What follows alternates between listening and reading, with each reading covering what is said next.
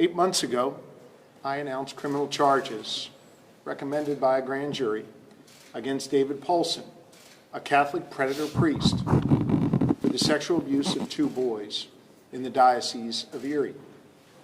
A diocesan priest abusing victims who were just 8 and 15 years old when their abuse began. He assaulted one of the victims more than 20 times, usually at church rectories or after Mass on Sundays, where one of the boys was an altar server. Poulson weaponized his faith and used the tools of his priesthood to abuse children here in Pennsylvania. He even made one victim go to confession and seek forgiveness for being sexually assaulted. The priest who heard that confession was Poulson himself. In addition to the assaults on church property, Poulson also assaulted this victim and attempted to assault a second victim at a remote hunting cabin he owned with a friend right here in Jefferson County. Today, finally, justice was served upon David Poulson, a priest who preyed on children for his own sexual gratification. Poulson was just sentenced by Common Pleas Court Judge John Foradora to 2.5 to 14 years in prison for his horrendous crimes. As some of you know, I was in the courtroom with our team and this group of survivors, and it was a powerful moment to see justice brought down on that predator priest. The prison sentence imposed on Poulson is significant. Understand, these are difficult cases. Far too often, predator priests either have not been charged because their enablers manipulate the statute of limitations as church officials cover up their crimes to protect the institution instead of victims. The stiff sentence imposed today on Poulson sends another very clear message here in Jefferson County and all across the Commonwealth of Pennsylvania, and indeed I believe people across this country are listening, that the era of institutional cover-ups has ended. We will not stand for it in the office of Attorney General. The church, putting its own reputation above the needs of children, we simply will not stand for it. The charges against Poulson were recommended last May by the 40th statewide investigating grand jury, the same grand jury that issued the report back in August.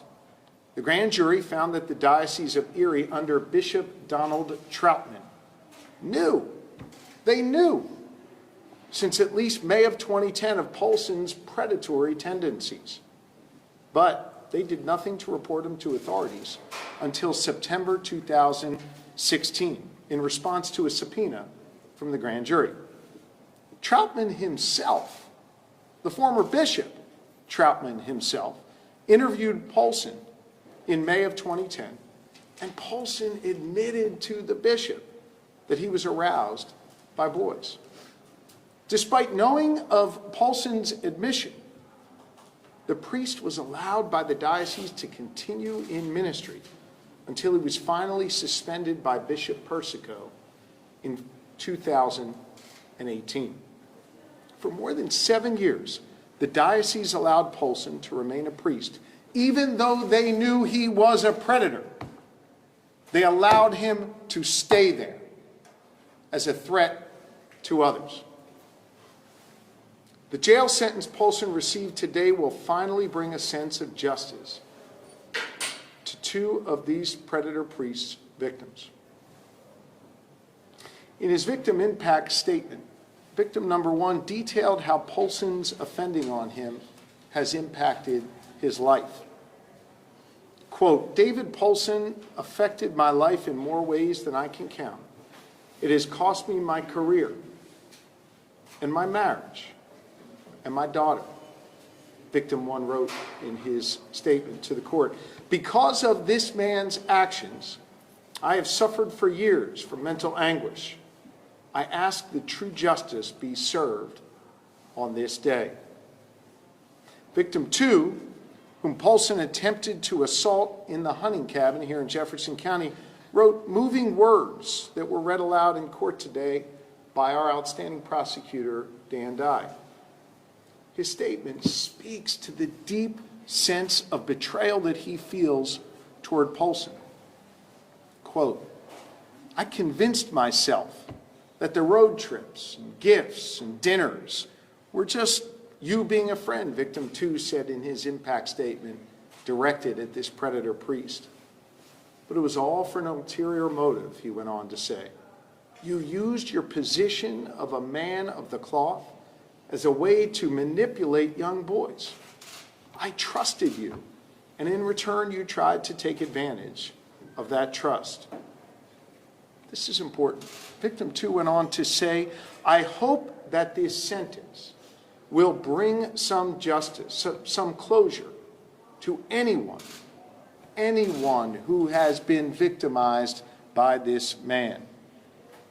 The courage of those 2 survivors, the courage of the survivors who grace us with their presence here today is extraordinary. These survivors, as I said before, are heroes.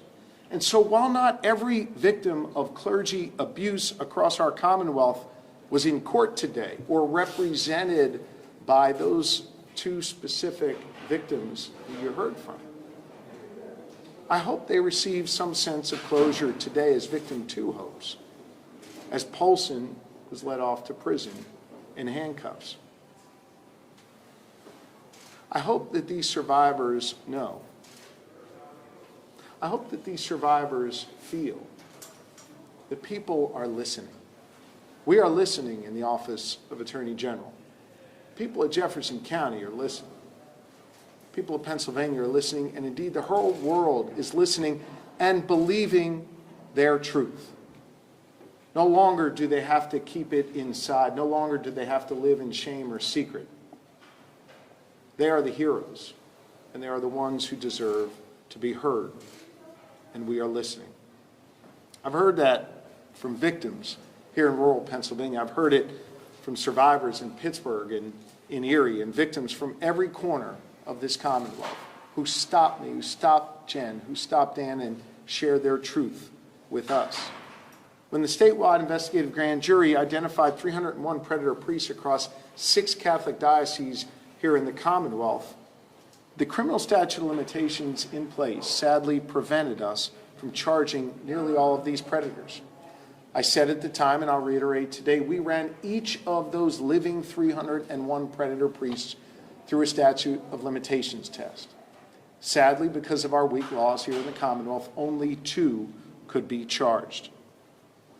Poulson, who you saw today, and John Sweeney of Westmoreland County.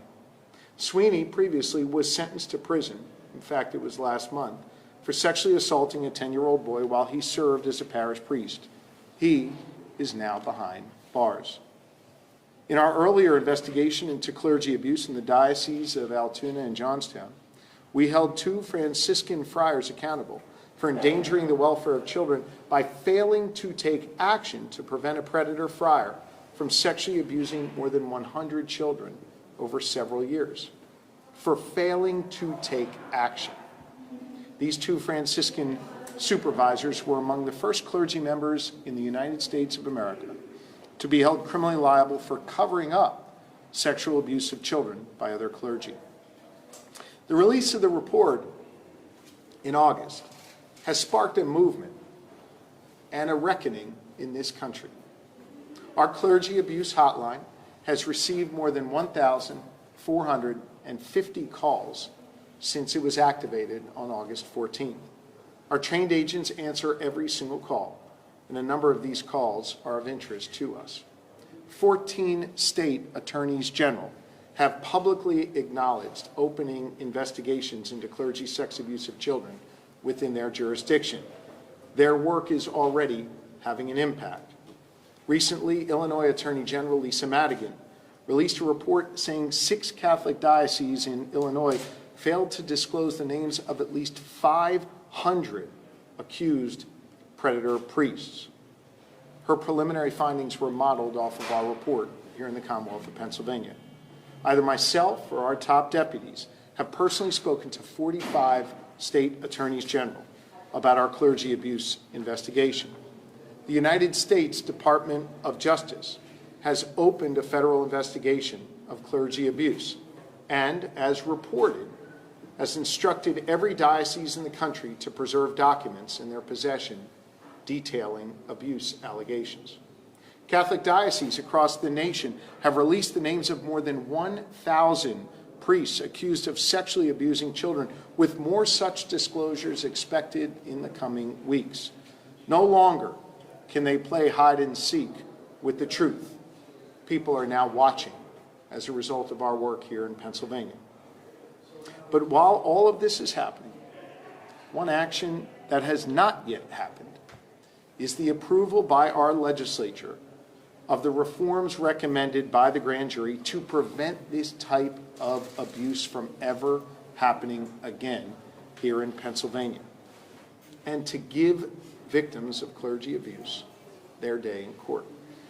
I want to reiterate that my team and I strongly support all 4 reforms and stand with every victim and survivor of clergy sexual abuse across this Commonwealth and endorsing.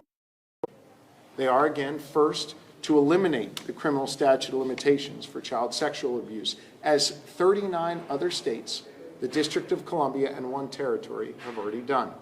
Number 2, create a 2-year civil window so victims can recover to receive the care and treatment that they deserve.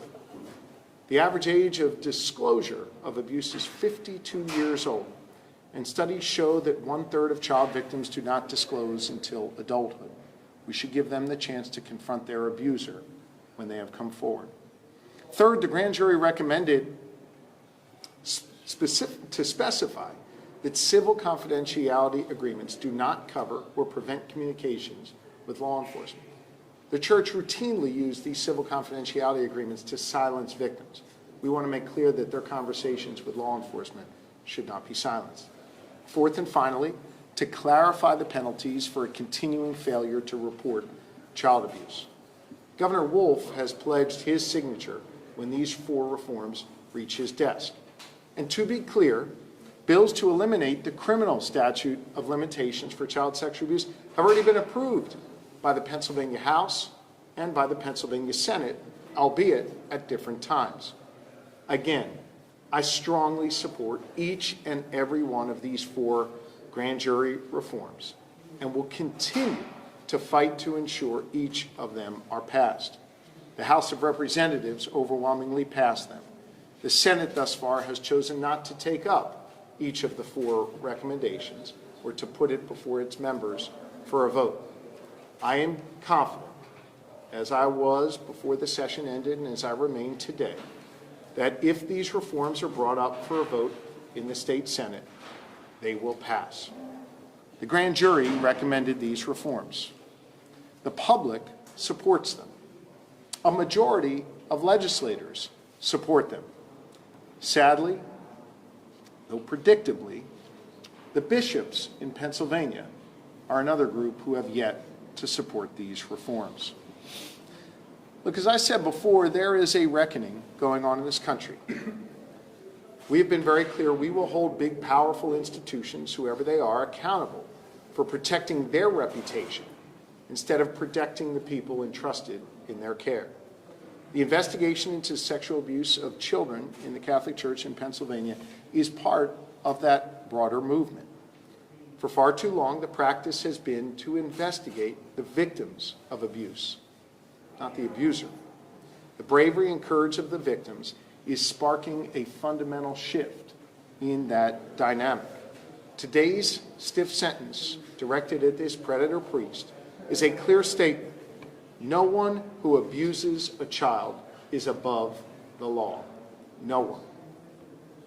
Because of the survivors and the 23 men and women of the grand jury, 2 predator priests now sit in prison. Wherever we find child sexual abuse, in a doctor's office, as we did in Johnstown not too long ago, in a university, as we did in State College, or in places of worship or hunting cabins in Jefferson County, we're going to investigate, we're going to prosecute, We're going to hold people accountable. That is the work that our office will continue to do. I thank the survivors again for being here today, for continuing to demonstrate their bravery. I again want to commend Dan Dye, Jen Selber, Steve Adamance, and the rest of our team in the Office of Attorney General for their extraordinary work. And with that, if you have any questions, I'll do my best to answer them. Mr. Attorney General, the plea agreement says there could be other charges against Mr. Poulson if victims come forward. Have you had any indication of any other victims coming forward? I appreciate the question, but that's not something I can comment on in this setting at this time. Thank you. Is there any plan at this point to bring charges against Bishop Shapiro? That's not something that I can comment on this time. I'll say more broadly that when we reviewed all of the evidence in the grand jury report, and as I said before, ran a statute of limitations test on each of the living 301 predator priests based on that evidence, we were only allowed to charge 2 of them because of the statute of limitations. Similarly, we ran a statute of limitations test on anyone involved in enabling or covering up that abuse. And again, because of the laws of this Commonwealth, we charged, based on the evidence we had at that time, those who could be charged.